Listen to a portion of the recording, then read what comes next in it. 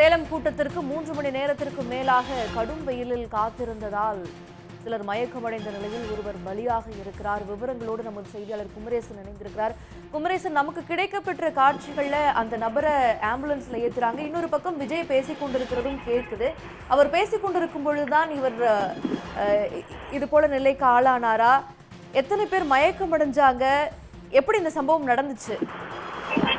நிச்சயமாக இன்று சேலம் சீலநாயக்கன்பட்டி பகுதியில் உள்ள தனியார் மைதானத்தில் விஜய் அவர்களின் நிர்வாகிகள் சந்திப்பு கூட்டம் நடைபெற்றது. இந்த நிர்வாகிகள் சந்திப்பு கூட்டத்திற்கு 51 நிபந்தனைகளை சேலம் மாநகர போலீசார் விதித்திருந்தார்கள். குறிப்பாக அதாவது கூட்டத்திற்கு வருபவர்கள் பாதுகாப்பாக அவர்கள் பாதுகாப்பாக அழைத்து செல்ல வேண்டும் என்பது உள்ளிட்ட பல்வேறு நிபந்தனைகள் விதிக்கப்பட்டிருந்தது. 5000க்கும் மேற்பட்டவர்களை அழைத்து வரக்கூடாது, 5000த்திற்குள் தான் இந்த மக்கள் நிர்வாகிகள் இருக்க வேண்டும் என்ற வகையில் தான் சொல்லப்பட்டிருந்தது. அதற்கு ஏற்பதான் இங்கு இருக்கின்ற மாவட்ட நிர்வாகிகளும் அதாவது டோக்கன் முறையில் அவர்களுக்கு விநியோகம் செய்து சேலம் மாவட்டத்தில் உள்ள 11 சட்டமன்ற தொகுதிகளிலும் இருந்து தமிழக வெற்றி கழகத்தின் நிர்வாகிகள் அழைத்து வரப்பட்டனர். அவர்கள் ஏராளமானோர் இன்று அதாவது ஆர்வ கோளாறு காரணமாக தொண்டர்களும் அந்த நிலையில் வந்திருந்தனர். இதன் காரணமாக சிறிது நேரம் அதாவது போலீஸ் 600க்கும் மேற்பட்டோர் குவிக்கப்பட்டிருந்தாலும் கூட தொண்டர்கள் தள்ளுமுள்ளு ஏற்பட்டு அவர்கள் உள்ளே செல்லக்கூடிய நிலை ஏற்பட்டது. அதனைத் தொடர்ந்து போலீசாரும் அதே போல பாதுகாப்பு படையினரும் அதாவது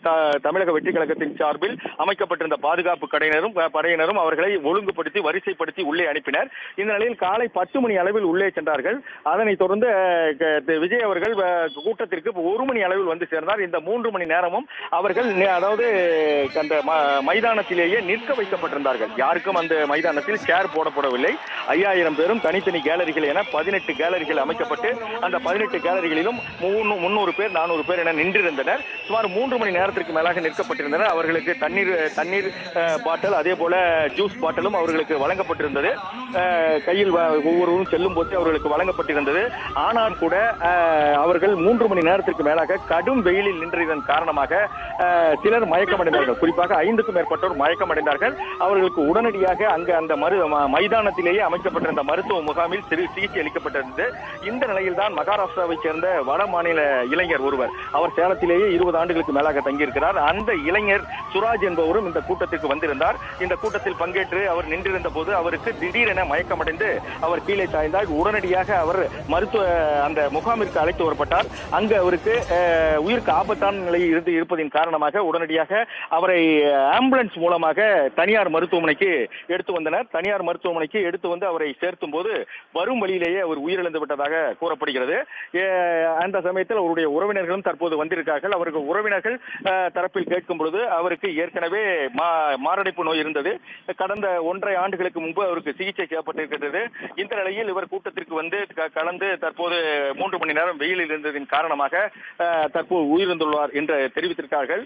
அதாவது அதாவது இந்த கூட்டத்தில் அதாவது தாவேக்கானவருக்கு அனுமதி அளிக்கப்பட்டவர்கள் மட்டுமில்லாமல் தொண்டர்களும் ஏராளமான அளவில் வந்திருந்தார்கள். போலீசாரும் அவர்கள் கட்டுப்பாட்டை மீறி சிலர் உள்ளே சென்றனர். இந்த நிலையில் தான் 3 மணி நேரத்திற்கு மேலாக வெயிலில் காத்திருந்த நிலையில் கடும் வெயில், அவர்களுக்கு தொப்பி வழங்கப்பட்டிருந்தாலும் கூட கடும் வெயிலின் காரணமாக ஒருவர் உயிரிழந்திருக்கிறார். மேலும் 4 பேர் சில மருத்துவமனைகளில் மயக்கமடைந்து சேர்க்கப்பட்டிருக்கிறார்கள். உடனுக்குடன் செய்திகளை தெரிந்து கொள்ள சன் நியூஸ் பெல் ஐகானை கிளிக் பண்ணுங்க.